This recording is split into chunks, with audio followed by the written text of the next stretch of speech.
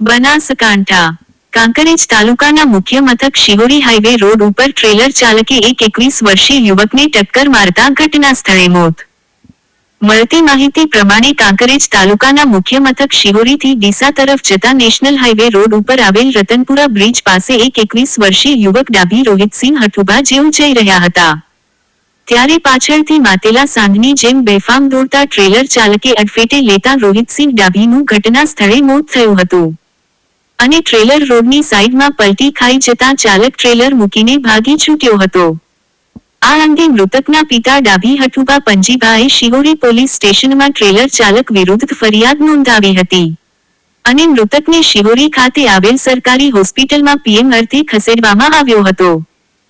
શિહોરી ગામના પ્રતિષ્ઠિત વ્યક્તિ અને કાંકરેજ તાલુકા ભાજપના સંગઠન મંત્રી હઠુભા ડાભીના પુત્રના મોતને પગલે સમગ્ર કાંકરેજ તાલુકામાં ભારે શોક છવાઈ જવા પામ્યો હતો અને પરિવાર ઉપર આભ ફાટ્યું હતું.